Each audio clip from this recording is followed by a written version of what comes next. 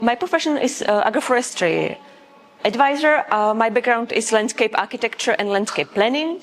I'm also vice chairman of Czech Agroforestry Association.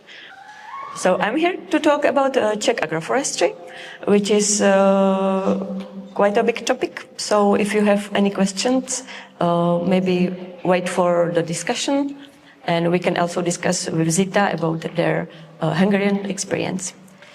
Or if you have any your experiences from your countries, you can join too. The Czech Republic is quite specific in Europe because we have a huge amount of huge number of landowners. It's about 3 million, and when you consider it, we have 10 or 11 million population. It's quite a lot, but we don't have so many farmers, which means that most of the land is rented. So it's why it's an obstacle for bigger development of agroforestry. And also the road deer overpopulation is quite a big challenge, and it increases price of establishing agroforestry systems. Next slide, please. A few words about our traditional agroforestry, which is not as much standard. Can I put it? Yeah. Sorry, I just changed microphone. Yeah, I have to walk. Okay, so I think we are set now. So this is a picture from a very traditional Czech agroforestry site. We don't have many of these. It was more common in the history. It's a field orchard, what we call. It's not really a huge deal. Those are rows of fruit trees, and in between are this crop of potatoes, wheat, and sometimes vegetable. Next slide, please. Of traditional silvopastoral agroforestry, it's pasture orchard. We have these in more hilly areas. It's also quite common in the Czech Republic. We usually people have it in gardens, those kind of systems. There's also third type of Czech agroforestry traditional. It's called polaření, and it was in forests, in young forests. When they established forests, they planted some vegetables in between the rows, and it helped them to keep the grass and weeds under away, so that young trees can grow better. But then, when the trees grow more, they couldn't grow beetroots and potatoes in those rows. So it was basically growing vegetables in forests, which is quite interesting. But it's only one place in the Czech Republic where they have it. It's not common anymore. Next slide. What I would like to talk more today is modern agroforestry systems. It's quite new in the Czech Republic. Since 2023, we have this agroforestry subsidy, which really took off. But before, we have a few plots like this in Žabčice. It's a land of Mendel University. So those modern agroforestry systems were established by research institutes and universities before 2024. We have only few really established by farmers, usually with permaculture background, but there is not so many of them.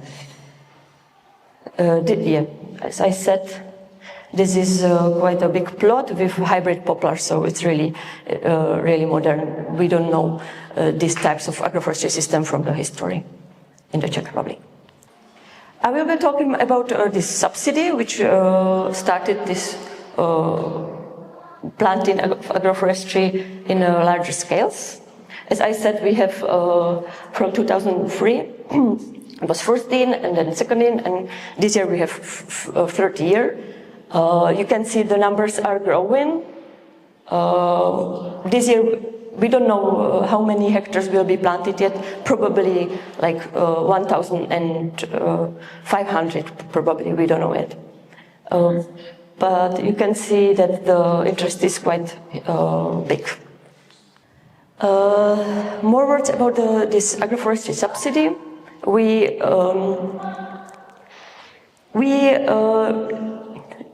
as a Czech Agroforestry Association, we try to do our best, but you can see the first rule we have is not really logical, let's say. We have to plant 100 trees per hectare, not less, not more, which is quite annoying. You really have to do the design to, you know, for no reason you have to put 100 trees per hectare there. We have two types, silvo arbor and silvopasture. In silvo arbor there is more strict rules. We have to have those agriculture strips wide 10 to 100 meters, and grass strip is 1 to 10 meters wide. We can do single row or double row of trees. Or silvopasture, it's more, designs are more various, lines or scatter trees, or we can have even one group on the field. The money is quite good. When you want to do it properly, it's enough money to do that. So it's 4,300 euros per hectare, which means for 100 trees. And also maintenance is quite a lot of money. I think we don't have a subsidy like this for maintenance, for tree planting maintenance in the Czech Republic. It's over 700 euros per hectare per year, and you get it for 5 years in a row, so it's quite good. And this is the map of the plots that were planted under these measures. Yellow is 2023, pink is 2024. The problem is, or challenge, or thing we want to do better for future, is that we have lots of this agroforestry system in mountains or in landscapes where it's not really needed, let's say. We need more trees in lowlands or in areas where intensive agriculture is, like for example southern Moravia, when you see there's not so many of plots, or this lowland above Prague, it's not so many of them also. So it's definitely something we want to work on in the future. And now I would like to present some of these agroforestry designs we did with my clients, with farmers. They're usually quite big farmers, not really homesteaders or gardeners. This is a system in Olomouc area where it's 15 hectares big, and it's a silvo arable system. And you see the tree row are quite dense. In agroforestry of this type, it wouldn't be so dense ideally, but we have to do it as dense because of subsidy rules. Yeah. And the design is, tree spacing is 2 meters, grass strip is 4 meters wide because of the land mower. Grass mower, sorry, and alley width is 36 meters because of sprayer machinery, which this farmer doesn't use, but he's thinking into the future. Probably he's quite old, and he will send this land to someone who probably will use spray machine. So it's wide, so wide. Species we used the poplar, wild cherry, wild apple tree, rowan tree, Norway maple, and linden tree, which are forest trees. He didn't want to have fruit trees because there's a, he just didn't want to use it because he has no use for fruit trees really, and he didn't want to attract people to go there.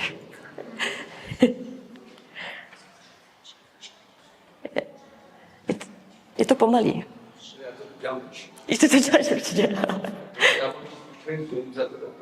Jo, okay. So this is the design we come up with.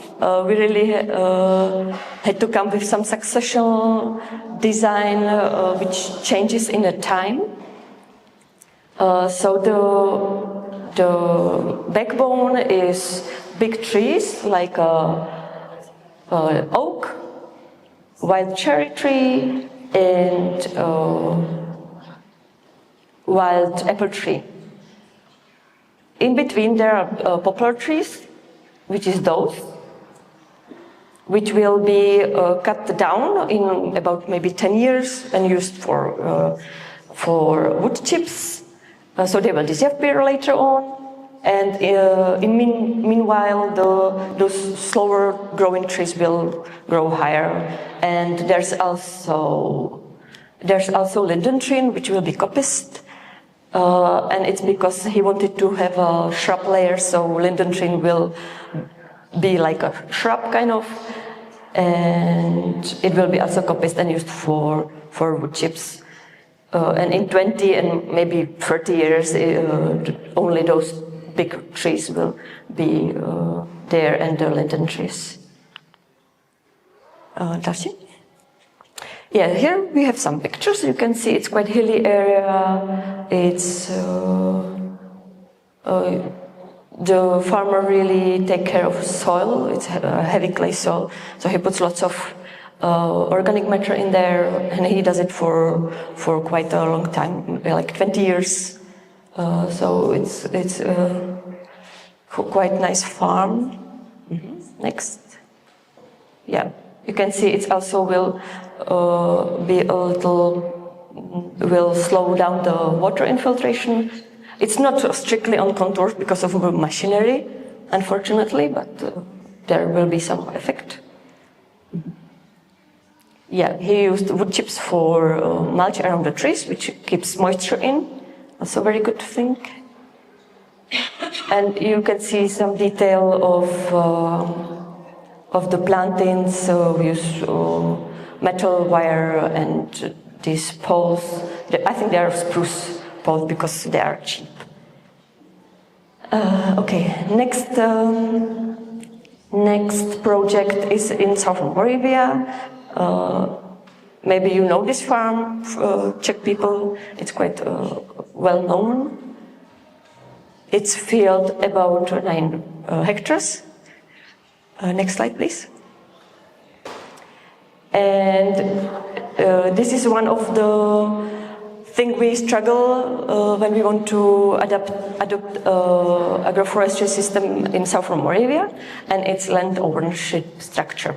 You see those little strips? It's those are individual fields. It's from 19th century picture. You know, each of the other strip was managed by different farmer or. Next time. So this is a picture from 50s. Still, the structure is visible. It's an orthophoto, actually. And still, nowadays, you can see the structure here. Those white lines are plots from cadastral map. So each of the strip is one owner, but it's only one farmer. So you can see it's quite risky for him to plant trees there because, and it really happens, one of the owners says he doesn't want to have it there, so he would have to cut down the trees or return the subsidy or some kind of issue would go on. Mm-hmm. Yeah, you see this is the map of slope. You see it's quite quite slopey here. It's actually why he wanted to plant trees there, because it's not really productive field. His goals were erosion measures and water infiltration, also increase biodiversity, because it's not quite, it's also the landscape with big fields. And soil optimization, which we didn't really, it wasn't really possible to do it better for machinery. See, now this is the final design. Those red strips is the case what I mentioned. This owner who didn't want trees, so we have to exclude it actually from the field. Also, there is electricity, so we had to exclude trees, and the remaining part we have to squeeze really trees there, because we had to have 100 trees per hectare. It's quite a diverse design. We used lots of fruit trees, and in between forest trees, which will be cut down later. Also, it's quite. I don't know if you see control lines. It goes like this, so it will work like a erosion control measure. This is the detail of plantings. And this is the next field in Alsace from Moravia. Similar design where we have Juglans, actually a hybrid walnut tree, hybrid of black walnut and common walnut. It's for wood production, and in between is again, poplar trees, which will be cut down later, morus trees, mulberries, which will be coppiced, they will be as shrubs again, and some acer maple tree, just for diversification of the tree species. See, there are some pictures from first year. And this is a picture from first harvest. You can see the stork there. Also, some of the projects funded by this subsidy are very small. It's 1 hectare. This is a CSA little tiny farm, very nice. It's actually a farmer who sells this vegetable to customers directly, and fruit, and she wanted to have lots of fruit trees to actually add it to the vegetable bags to diversify her offer. Also, we had to use forest trees because of the subsidy rules. 50% of forestry, so we use it from the north side as some kind of windbreak. Also to maybe do a division to intensive agriculture field, which is up here. And this is the farm, silvo pasture farm, located in Vysočina area. You can see there. This is really complex design. The farmer Tadeusz was, maybe you know Darren Doherty from Agrarians, who does keyline design. He is his student, and he also does total grazing methodology. I think he's one of the only person who does it in the Czech Republic. It's a quite interesting farm. I recommend, if Tadeusz, he does some seminars, so if you have a chance to go there, definitely visit him. You see the situation here. There was a big piece of hybrid poplar plantation, but he kind of chopping this down now.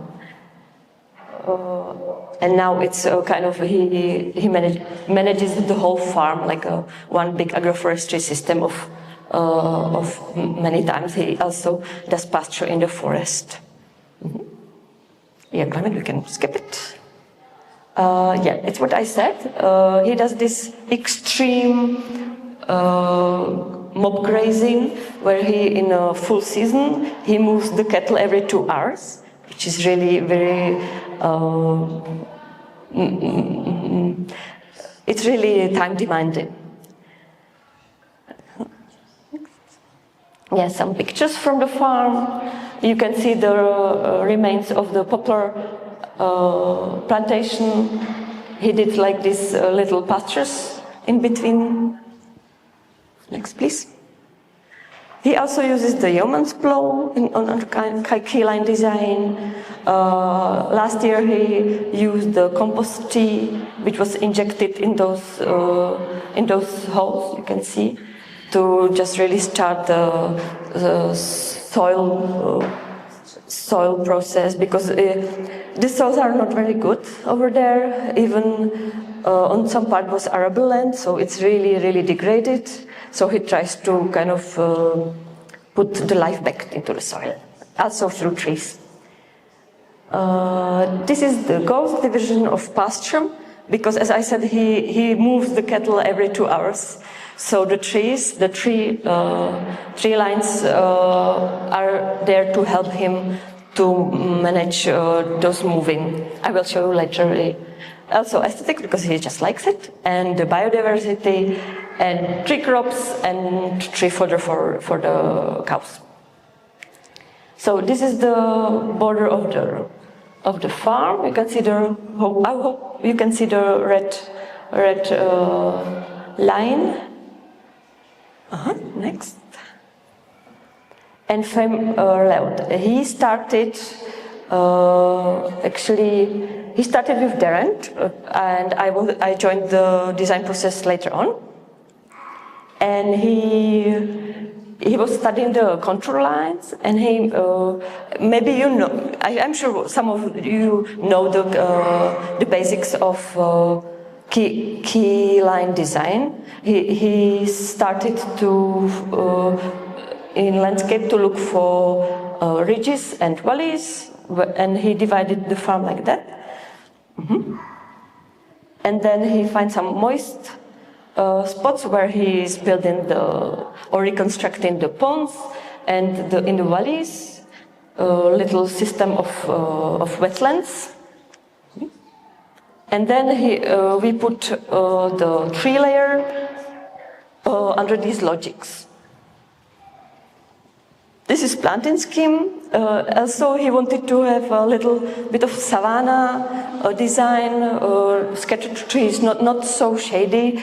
But again, this subsidy really didn't allow it. So we came up with this design where there's also coppice trees and under the main trees, and also those coppice trees will be like a tree fodder for cattle, so they will nibble on it just a little bit up, that they wouldn't destroy the tree. So this is another detail of the design, and you can see how the pasture division will work. He has got permanent fences around each row, and then he just put that electricity fence like this when he needs it. So it's really easy for him to move the cattle around. Something about tree protection, I think we saw this, it's the same. Just he put a permanent fence, because the cows, especially little calves, were going under and were leaning towards the tree. So it's why he had to do it like properly. And challenges, because the deadline of planting, because of the subsidy, is 30th of November, and in hilly areas it's snow already, so they had to plant it like this. Finance, yes, we were talking about it. And another picture, he does a winter pasture, it's quite interesting. And this is a map which I would recommend you to visit. It's quite new, so there are some bugs, but it's quite a good project of Europe, which we are part of, like a Czech Agroforestry Association. You can, when you zoom in, there are different type of agroforestry systems, and I think there are also contacts. You can write people and visit the farm. Or if you want to be part of this map, you can also contact me, and I can arrange it. And this is the last thing. I think Zita will be talking about it more. It's a digital project.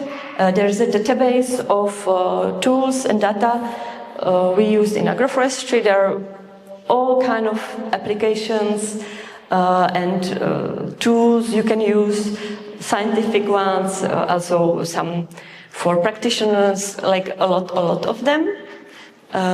Next slide, please. And as a Czech, we were participating in two of these tools. One is Agroforestry Advice. There's a Czech version of it. You can click on it, and you can choose. You can put some data there of your environment conditions and your goals. And when you click on it, it will show you the list of trees which are suitable for your site. And that's it.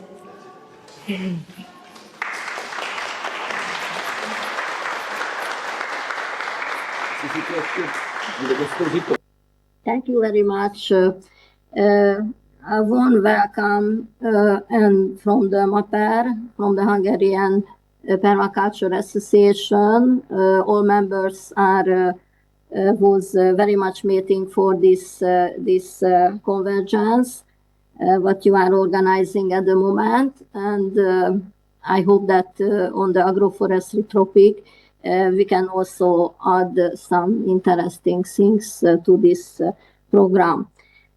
So just let's see some example of the agroforestry activities, and also some data I would like to show you if I can step forward, but at the moment I cannot.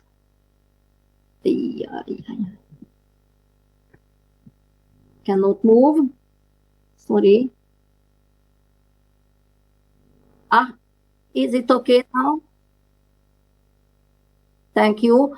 Agroforestry, it is an important type of land use system, and it is getting more and more important.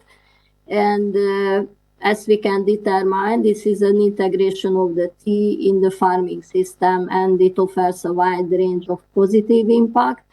We can emphasize the environmental benefits, the economic benefits, because it is also increase the farmers' income, and also increase the food security and social positive impact at enhancing the community resilience, and also it will revive new and old traditions in villages and the countryside. The performance of the agroforestry is context dependent, and there are many barriers to its adaptation. Just what I have listed: economic and environmental, cultural, and property barriers.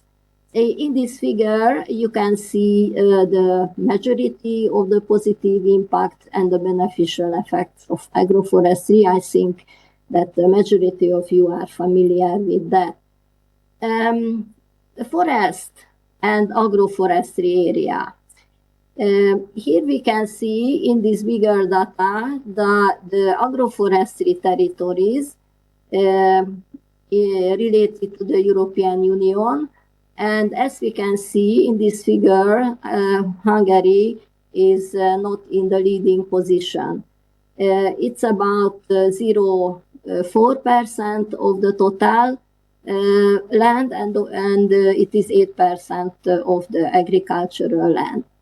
But if we see the forest area related to the European Union, we can see that Hungary is not on the worst position. Naturally, it is behind almost all of the European Union countries, but it is quite a reasonable amount of the territory of Hungary. 22% of the territory is forest in Hungary. And, and we can assume also that trees are playing a very important role in the carbon sequestration. So if we consider that, I think we also have to reinforce ourselves that trees are very important in our life. How these agroforestry territories are divided in Hungarian environment. The majority of the agroforestry system belong to the agroforestry combined with livestock. Wooded pastures and silvopastoral systems are featuring the Hungarian agroforestry systems. And we also have to add that these territories are, the establishment of them are back to the centuries. So some of them are really old and really traditional. So our task is to renew them and to enrich the agroforestry types in Hungary. And also we can mention the high-value tree agroforestry, intercrop with fruits including nuts, but they cannot have a big share at the moment. It is under development. We have to mention the hedges and windbreaks, which were also traditional, and majority of the Hungarian windbreaks had been established in the last century. But with the development of the industrial agriculture, the majority of the windbreaks had been diminished, and farmers considered it not a useful thing, so they plow it. The majority of them had been plowed in. The tree density cover. Zuzana mentioned the Digital project, and there were a lot of survey about the tree cover density in the participating countries. Here we can see the tree cover density in Hungary on the agricultural land. And what we can see is lots of red patches on the map. And it means that the tree cover is below 0.05% in the red territories. And we can establish that it is not a good result at the moment. So what we would like to reach and to endeavor are the new plantations. What we can see here, the Propulus hybrida, and between the tree lines, we can see triticale production. I wanted to say something about the project of the Hungarian Permaculture Association involvement at present. And first, I just mentioned the Erasmus small-scale partnership, what we are just doing at the moment as one of the most important activity of our organization, the Digital project, the Klimapannonia, and the Agroecology for School, and the Open Geospatial Carbon Registry topic where we are affiliated partners. Maybe I would also say a few words about the Digit IF Horizon Europe Research Project. And in this project, we are affiliated partners of the EURAF, European Agroforestry Association, and our task was to support the policy actors. In order to do that, we have done some policy briefing about CAP, Common Agriculture Regulation for implementation of agroforestry in Hungary. And what Zuzana is mentioned too is the DigitIF tools data pool, and this is the website where everyone can have access to these very important tools, and also relevant project catalog. If you visit this site, you can see this vision, agroforestry tools. There are 39 tools available, a catalog of the agroforestry, 26 datasheet, and project 55 is also currently available. And it will give a possibility for farmers to use these tools and to apply it for their conditions. And unfortunately, Hungary did not develop this kind of agroforestry tools. But what we can apply is, for example, the agroforestry tree advice, especially developed part by the Czech partner. So I think that we have tried it at once at our conference. And land application, carbon calculator, three-dimension planning model, e-planner, and interactive agroforestry cost-benefit analyzer is available on this surface. So I advise, I can suggest it for everybody to try it and to give feedback how it is operating.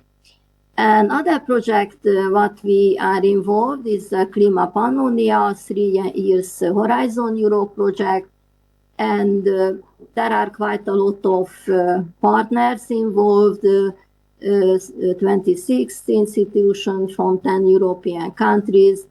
And what is focusing, it is focused on the solutions of the region agriculture, development, and especially areas of the drought reducing technologies for water management, agroforestry, cattle breeding, and organic farming. So it will develop technologies, and first all of these developments will be carried out in the demonstrator countries, so-called deep dam sites, and these technologies, if they are successfully developed, will be applied and tested later in the adaptation partner institution or research station. And Hungary is participating in the development of agroforestry solution for sustainable berry production, and we are cooperating with the Hungarian University of Agriculture and Life Science and the University of Sopron in this project. Here you can see the regions and the main focus of this project developments: water and food, nexus, agroforestry, cattle production, and organic crop production. And with red, the deep demonstration sites are marked, and with black, the reapplication demonstration sites are marked in this map. Demonstrations and reapplications institutions I have listed here. So if any of you are interested, you can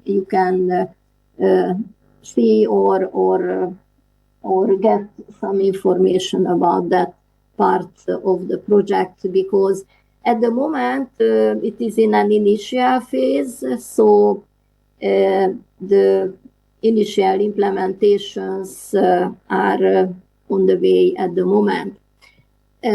In our objective in the VP2, the agroforestry development, to improve ecosystem service, economic viability, climate adaptivity for berry production in the Carpathian Basin.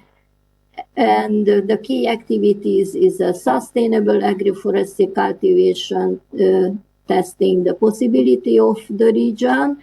The region is Fertőd research station. It is northwest part of Hungary, so this is not all of the hottest climatic part of our country. Microclimate and water management will be monitored, and the productivity, yield quality, and marketability is also measured. Naturally, the biodiversity and the carbon footprint will also measured. Here are some methods how these key activities will be performed. There will be in situ measurements on the place, and also laboratory analysis and life cycle analysis of the whole research activity and project. Here is a map about how we can imagine the trees, poplar trees, and between the poplar trees, here is the experimental area fenced with red color, and the varieties are Hungarian raspberry varieties, Fertődi, Zamatos, and Eszterházi, double producing. Kétszertermő means double producing. And here is the spacing of the activity, 2 meter and 0.4 meter for the berries, and the number of the plants in the between the rows of the poplar trees is also counted.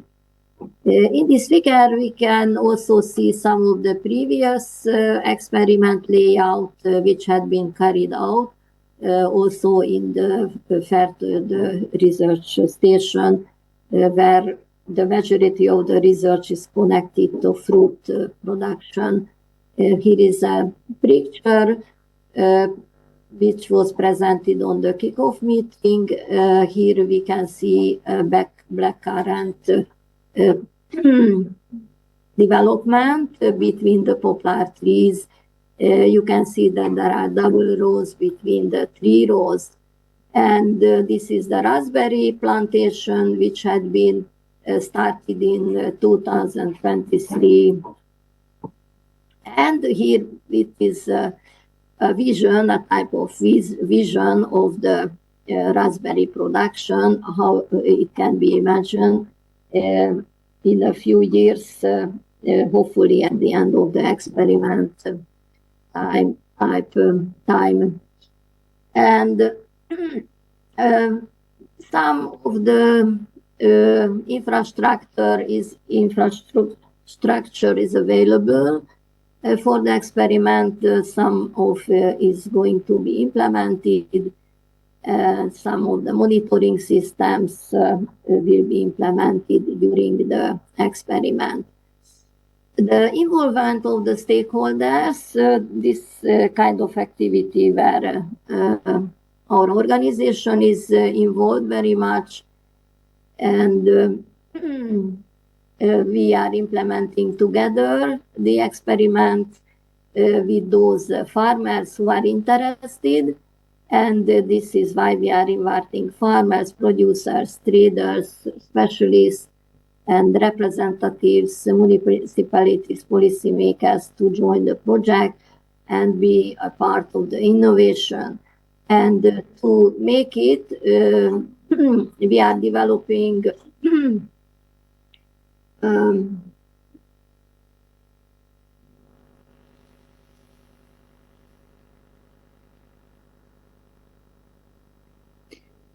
we have developed the questionnaires for the different kind of target groups, and it had been sent. So this is the first round of the evaluation of the answers of the target group for our group, for our work package group. And we have a special attention to the growers, selecting the areas of 1 hectare or between 1 and 10 hectare. We would like to get regular information about the developments of the experiments provided for the farmers. Workshops will be organized on the deep demonstration site, and we are summarizing our suggestion experiments. Also discuss it. We are waiting for the feedback also for the stakeholders, and we are count on their activities. Regarding stakeholder time and activity is a question. So this is just a question to the audience at the moment, because probably there are some participants who have fruit producing area. So I just would like to ask that if you are involved, what do you think to be the best reward for the stakeholders' time and activity in the project? So what you would be glad to get as a reward if you give your time and if you answer this type of questions. Our project, what I would like to just mention in a few words, is Agroecology Partnership. The title of this project is Enriching European Landscape with Agroecological Practices. The acronym of the project is LAP, and this project aims to encourage agroecological and agroforestry practices on landscape level by promoting collaboration between the relevant stakeholders.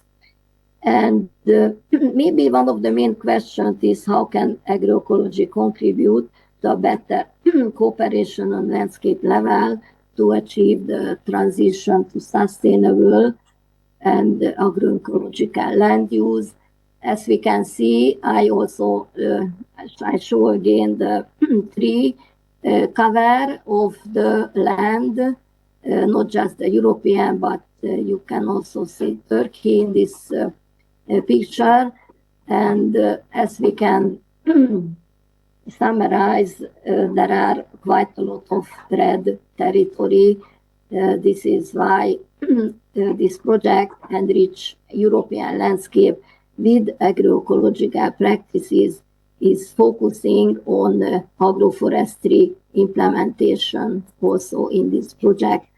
Here you can see our partners in this project. The leader of this project is EURAF, European Agroforestry Federation, and there are some important national and regional agroforestry institutions, also universities involved in this project.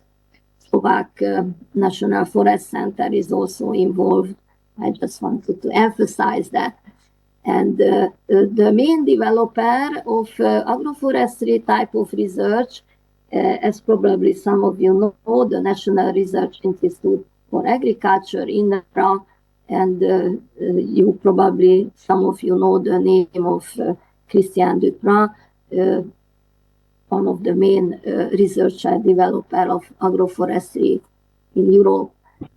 And our task will be existing environmental policies evaluation about agroecology and agroforestry, participation in multi-actor living labs, and to promote agroecology in regional development and knowledge exchange and synthesis on agroecological practices at landscape level.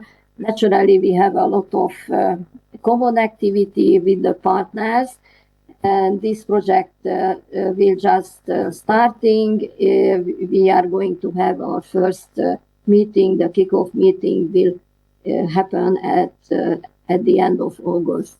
So just in a short and brief information about what kind of research and education activities happening about agroforestry in Hungary. And in the center, you can see the network of the permaculture farms, forest gardens. This is a kind of information network where you can search and you can open these icons and you can see the main activity of these permaculture farms. And some of them are applying agroforestry type of production and the forest garden type of agroforestry. Also, here you can see some example. Valaha tanya, for example, with fruit trees, and also manna garden. And from the research and education is modeling agroforestry with medicinal plants. Here you can see an experiment cage where the shade rate is measured under this cage and in front of the cage too. And another experiment connected to hedgerow effect on the tomato production with the windy and on the protected side. This research just had been finished. We are going to make some publication about it. And also experiments and evaluation is going on with the shelter bed system with other purposes. Agroforestry in practice, I would like to show also the alley-cropping fruit-orchard with further crops at the Valaha Kranya, agrocropping with pine, also in Vértesacsa, Manna Forest Garden, and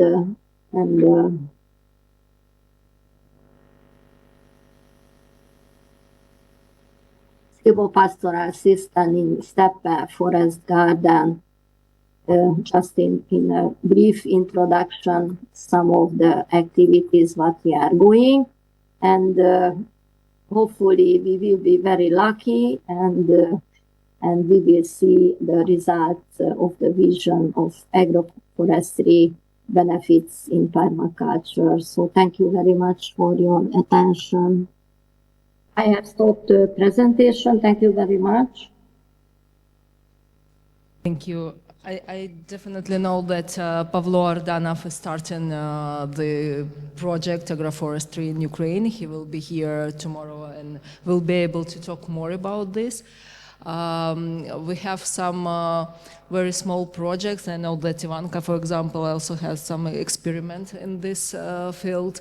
And probably I would say that some of the farmers is waiting for common agriculture policy, our implementation of our legislation into European Union, and that opportunity that CAP can give our country and our farmers to launch other projects in this field.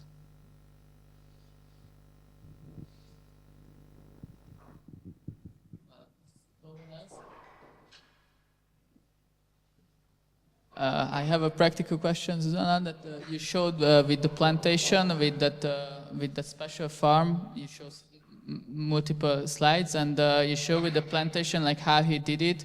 Like the wire mesh is 1.5 meter high.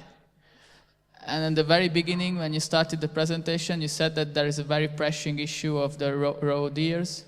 And my question is that whether 1.5 meter height is enough, because that's for me. For roe deer, it's quite enough. So of course, the higher the better. Also for normal deers or against the normal deers, but also it's the matter of money. So 1.5 meters is enough for roe deers. What in my experience. Some farmers use even 1.2 meters. and it kind of works against the reindeers. So most of the times it works. Most of the times it works than the 1.5 meters. Yeah, of course, they sometimes not. Sometimes even 2 meters high fence doesn't work because they just can jump it or, yeah. But still, those wire fences are quite good. Some farmers use these plastic tubes, which are not really good for environment. They crumble into microplastics, and the road deers can put it up, and it's not really working. But the farmers use it a lot. I have other questions, but I don't want to take the crown for anyone else. Okay, then one more. So I've been coming from the Czech Republic now because we are on vacation, and we just stayed for 3 days in south to Brno. And when we were coming by the car, for me it was really interesting to see that almost everywhere near the routes there were big tree lines. And they were quite traditional for me. It seems like they were quite old, but I saw that almost everywhere, if one tree folds, for any reason fall out, then there were new trees planted. And there were new trees, so it was like the traditional old tree line, and wherever there was a gap, there was already a new little tree. And this, unfortunately, in Hungary, this is almost completely diminished. So on the Great Plain, you almost see no tree lines. And my question is how? So it's like part of the cultural heritage, and that's why people and municipalities, they take care of, or how Czech people, they look at these tree lines. And for me, what was even more interesting, that there were really a lot of fruit trees, like plums and pears and everything. So it wasn't just for the shading, I suppose. But yeah, could you just say a few words, like how is it in the culture, or whether it is specific to that region where we have been, or that's normal for the whole country? I'm happy to hear that you perceive it like this. Yes, in I think 2015, we had this really dry and hot summer, and then we had in 2019 and etc. So we really feel the climate change, and there was this huge wave of tree planting. There were also subsidies, so it's quite easy for people to plant it. So it's why probably you see it quite a lot in the landscape. It's getting better. Because there was a gap, those tree alleys were like dying off. There was a gap where we didn't plant any trees, and now it's in last 10 years it got better, in my opinion. And it's sometimes municipalities plant these trees, or active citizens. They just find this subsidy, they contact municipality that there is a space for trees if they can plant it. So there are also some local associations who plant trees. So I think it's pretty much everywhere in the Czech Republic. And then do they use the fruits normally? So is it processed or anything, or is just for the wild animals? Yes, both, but people like to grow fruit trees in the landscape. I live in a bubble, you know. I live in a social bubble. But I think it's getting better. It's getting better. Katka? Maybe I can add something, and you correct me, Zuzka, if it's a legend, but historically the fruit trees were planted by the roads for the soldiers under the reign of Maria Theresia, so that when there's troops moving around Europe, actually, or Central Europe, and it's a good climate for growing fruit trees, so that there would be some food for them, and also shade for actually, the people moving through the landscape. So that's part of the history. And I would just confirm, maybe I'm from the bubble as well, I'm from the same fruit growing bubble, but definitely people do use the apples, use the fruits from the alleys, even if it's only just for making juice or moshed or something like that. It's not often like good quality apples because they sometimes fall on the ground and da da da da. It's also often walnuts, walnut alleys in some regions. So I think we're quite proud for this, that we grow food actually in public space. Do it well, be proud of it because it's effective. Oh yeah, and also there is one NGO initiative which is called Let's Get Fruit or something in Czech, na ovoce, which maps the places of publicly growing fruit, but actually you should be only putting a tag there only if you have agreement with the owner, because very often these things and plantings, they do belong to someone. So it's not a map to send people to steal fruits. It's actually, it started as an initiative to inspire people to pick fruits from somewhere which would be otherwise wasted and falling on the ground or something. No. Na ovoce. Yeah, thank you, Katka. Yeah, I think it's the reason. Also, we Czechs probably feel a little bit nostalgic because we lost lots of fruit orchards, tree alleys in the past during the socialistic era. We have the largest fields in Europe, pretty much, and so we kind of want to have it back because it's nice.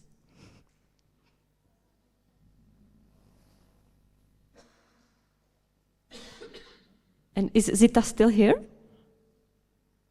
Is she still? Yes, thank you. I'm here, and I remember that when we walked through the villages in Hungary, passing by the main roads, we always met with a lot of fruit trees.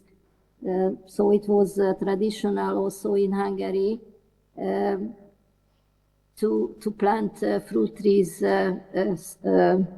passing by the main roads. So I just wanted to add that. And the other thing that there is a possibility for supporting shelter beds, plantation of shelter beds and windbreaks, again from the new agroforestry implementation plan in Hungary. But at the moment, unfortunately, not quite a lot of people were interested in. Hopefully it will be increasing later. Thank you.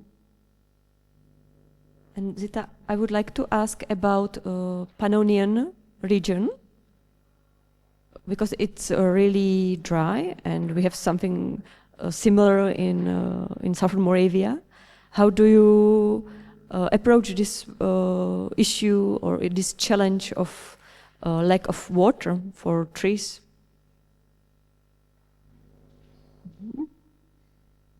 You mean the fruit trees? All trees in agroforestry.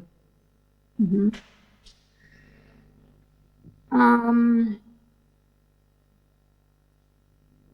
The most important thing is to cover the soil nearby, and this is why the intercropping systems are important in agroforestry system.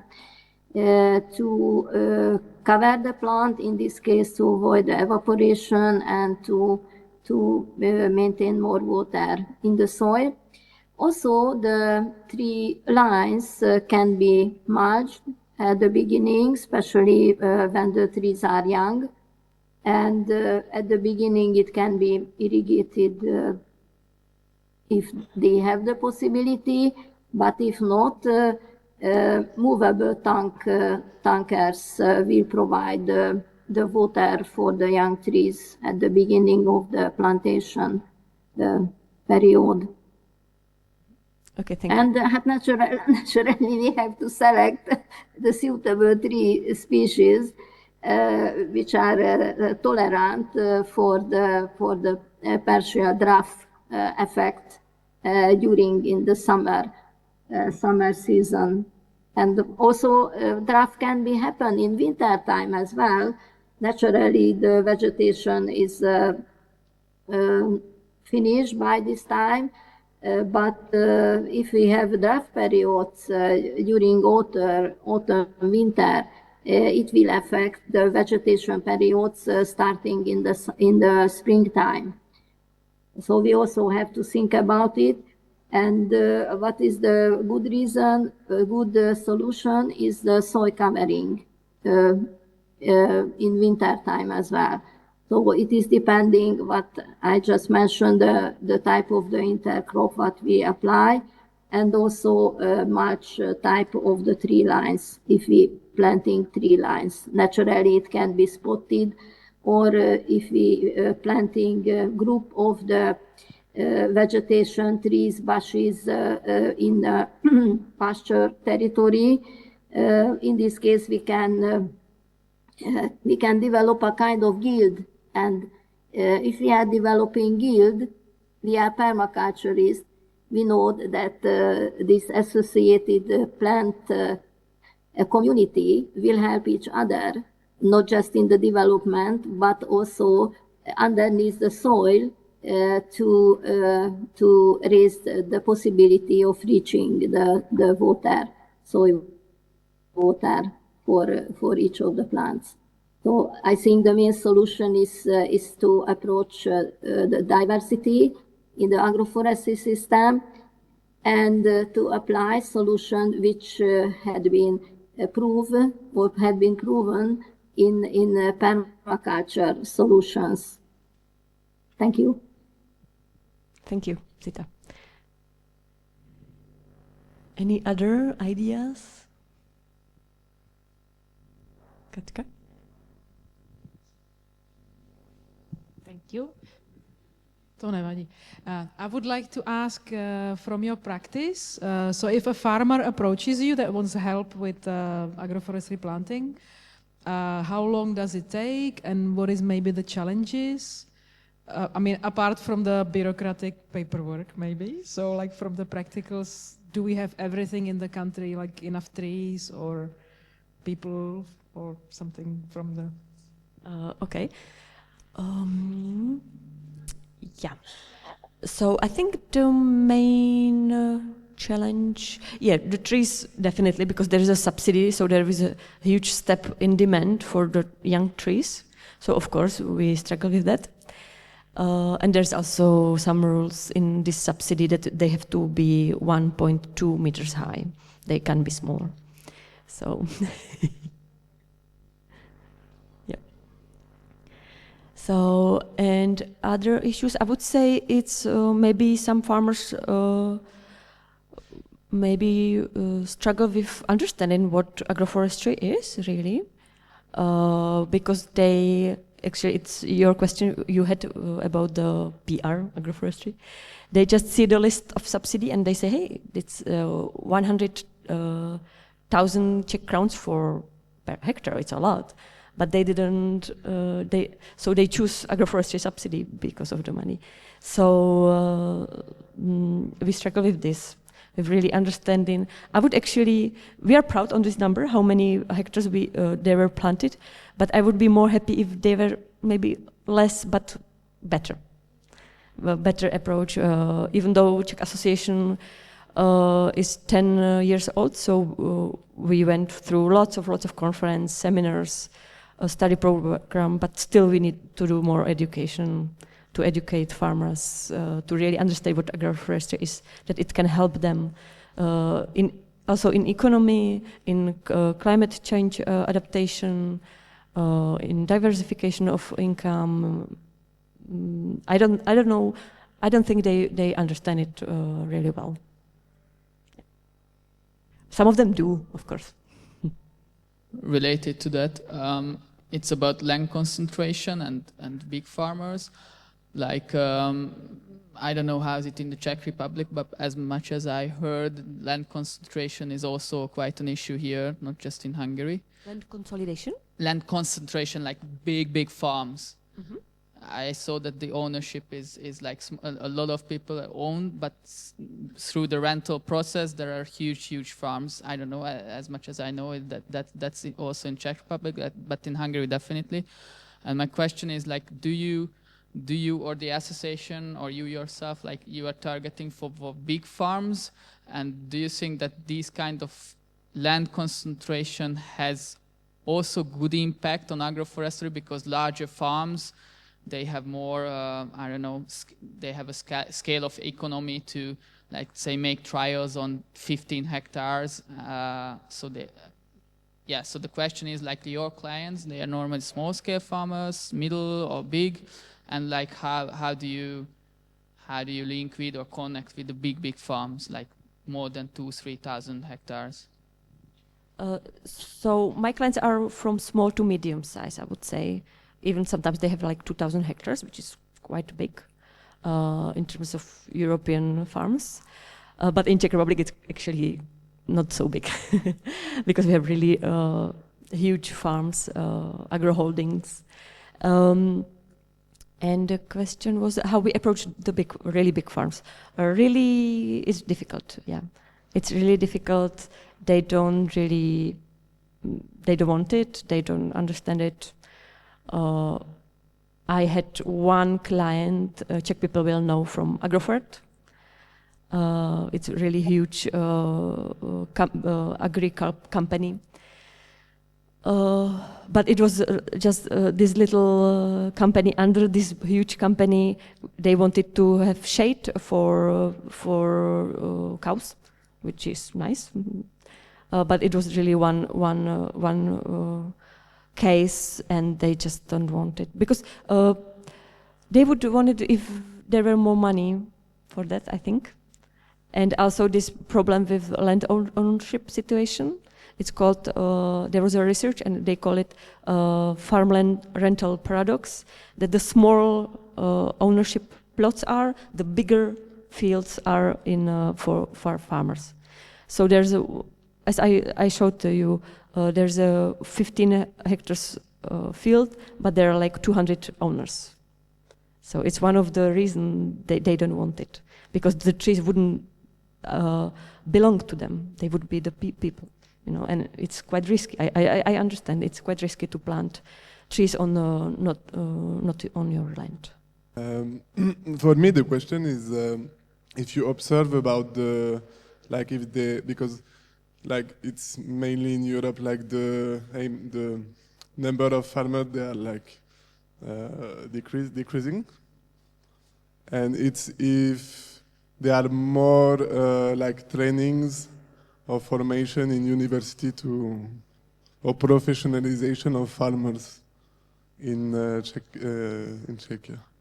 Like I don't know if you have the answer, but it's also to. I don't know if I understand the question. You mean generally farmers? Yeah, farmers, and mostly like about agroforestry. Like if you observe more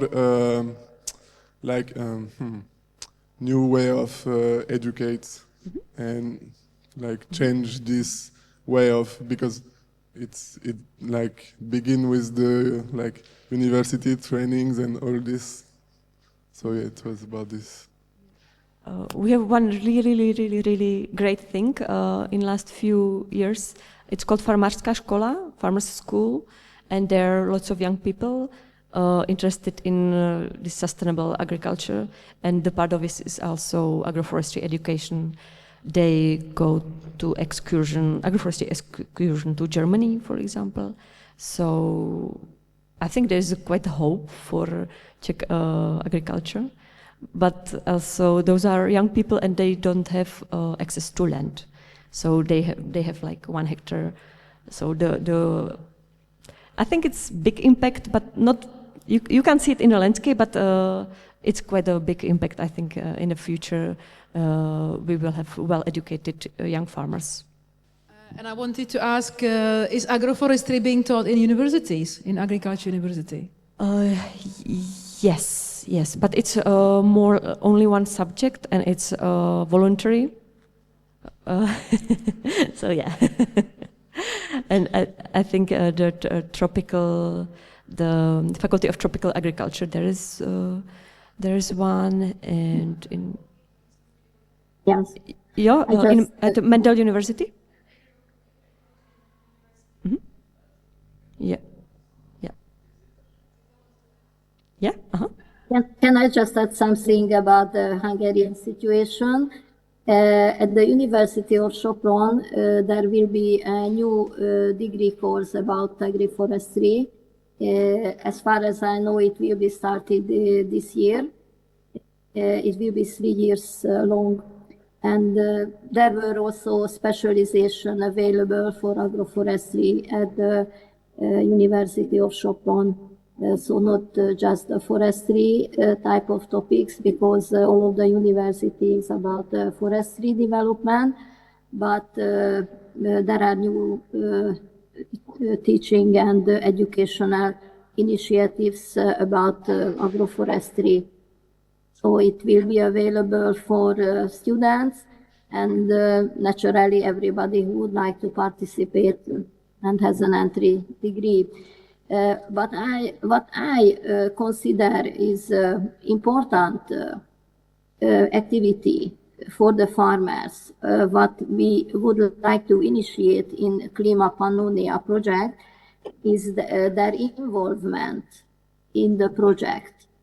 Not just through the questionnaires, but also we encourage them to participate on the workshop.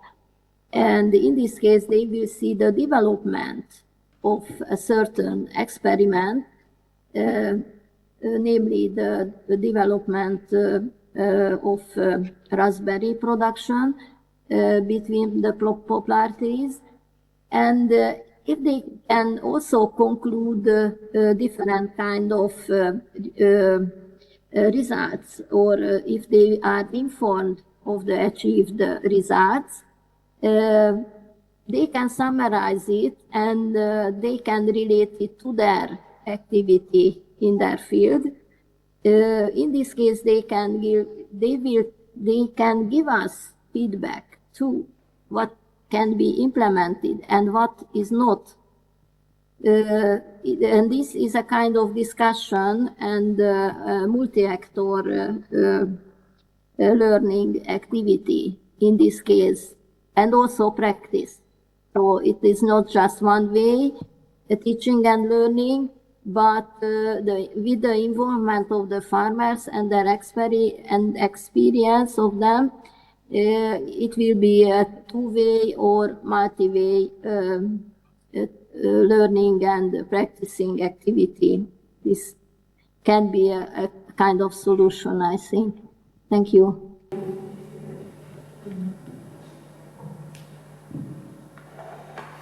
I have one more question. Like the design that also Petka asked, like how is your working process with the farmers? That's also interesting for me. And the question is also like the subsidy. Does it cover your involvement as designer, or that's they cannot pay from the subsidy? It can cover my work. They just got the money I showed you, and it's up to them what they spend it on. Like, not so they don't have to give like what they were spending on it on. No invoice is just the amount. Yeah, but there's another subsidy which can cover my work from 80%. Mm-hmm.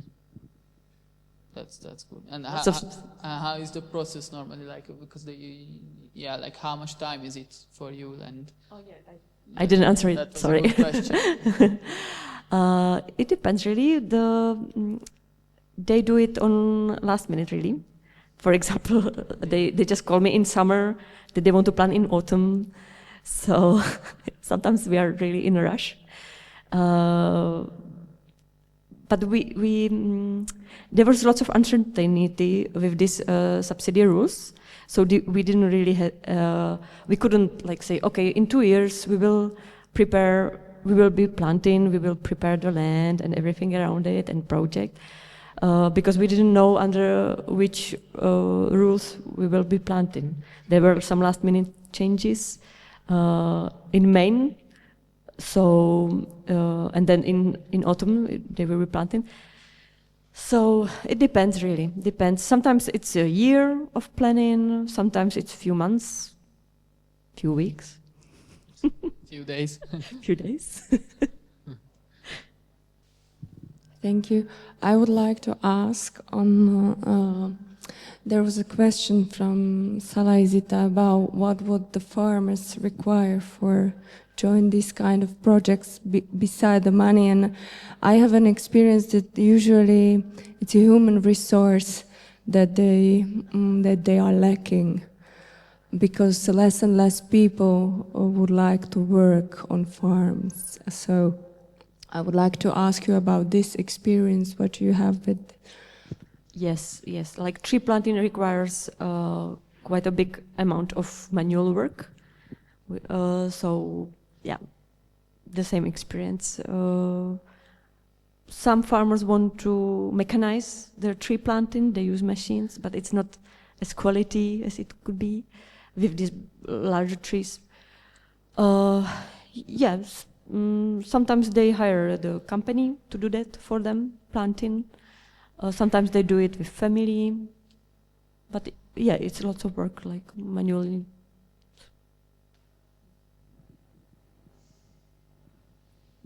Did I answer it? Yeah. Or you meant something different? Yeah? Okay. Katka? We can form a table. Okay. So maybe if we could hear from you, what do you think that would help for the better outreach about for what agroforestry is, so that more farmers want it? Because you've been in the field for a long time. So what do you think that we can do as like normal people, and what can we as a society do so that it's more accepted and farmers understand it? Farmers are very traditional and, old way of thinking, we know that. But what could help, maybe a television program about agroforestry or something? Yeah, actually, what is your ideas? There's a reality show on Disney Plus about agroforestry. Kind of reality show. It's called Rebel Farm, I think. Do you know it?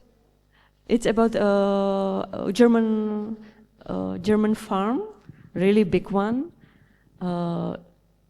It's interesting. Yeah, but it's educational for what you were suggesting for everyone. It's really. There are those relationships and conversations, and the story of the farmer that he kind of farms on his father's land, and the struggles he has got, the climate change. I don't know if you know it, if you saw it. Yeah, it's try to check it out. It's. So things like this, yeah, just talk about it, do it, show the results, share the knowledge. Same old. I'm only thinking aloud about other experiences, and I think maybe this could help in future with many problems. For example, only simple things like podcasts, but by not professionals, by famous YouTubers or whatever, can boost the topics. I could see it with soil life. Like if someone who is only famous on that level talks about the topic, it boosts it a lot, and people start to look for it and ask about it and dedicate themselves to it. And another thought and observation also, that in Slovakia there are more corporates that involve into their team building programs like ecological activities, and one of them is planting trees. And I think join this kind of, even dialogues with these corporates or these big companies, how they could create their team building spaces, I think it would be a nice way how to help out these farms, to help to plant the trees with a physical work. Thank you. Can I just add something? The popularization of agroforestry, I think it was the question. Yes? Yes. Well, because the majority of the people tend to live in urban areas, I think that urban agroforestry popularization and introduction is also a way how the beneficial effect of the trees and agroforestry systems can be introduced to the people in really near to their living area, and they can see the change of the climate, the shade, and also the other beneficial effect of agroforestry, even if it is just a little agroforestry system or area in the city. So it's just my adding. Thank you. Yeah. And also through food, because agroforestry produces delicious food. So it's a very good way to promote agroforestry. Yeah. Maybe a last question from my side is, do you recommend sometimes earthworks together with the tree lines, like key line or swales or whatever? Yes, yes. Yeah, some of the farmers want it. Sometimes it's not really, swales were really popular, that people want it just because it's swale, it's a buzzword. So I go through them if they really need it, if it's good fit for the management and the land. But yes, definitely it's part of agroforestry also. I have a question. You mentioned the one small farm, the 1 hectare farm that used the subsidy to plant fruit trees also. Do other farmers also plant fruit trees? Because I suppose there's more maintenance and care needed for them. Do they actually want to expand into fruit production? If you are asking for if there is a business model with fruit trees? Well, I know there is a business model, but Actually, there's not. If there is a farmer who didn't grow fruit trees before, do those opt for fruit trees for agroforestry also, or just non-fruit trees? Both. Like people like, sometimes it's combined, sometimes only forestry, sometimes, well, in this subsidy we have to have forestry, so it's combined. I thought that they will want to make, I don't know, some jams to sell it, but usually they, men like to plant plum trees because of slivovička, or they just want to have a snack on the field, you know, apple. So yeah, they definitely like planting fruit trees.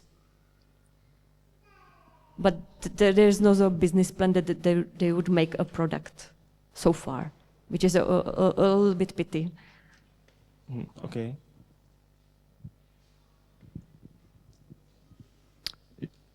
We talk about subsidies a lot. Have you had any projects where farmer came to you and there was no subsidy behind it? And what kind of trees would you choose? Yeah, there's one. Yeah, I know the subsidies.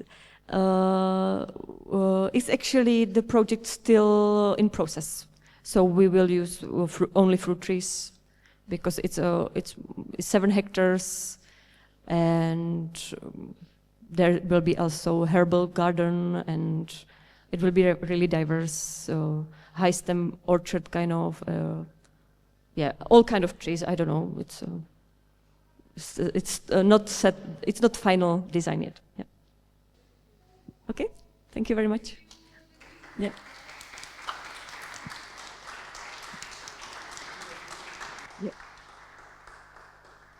And thank you, Zita, who unfortunately couldn't attend in person, but thank you very much you could join us.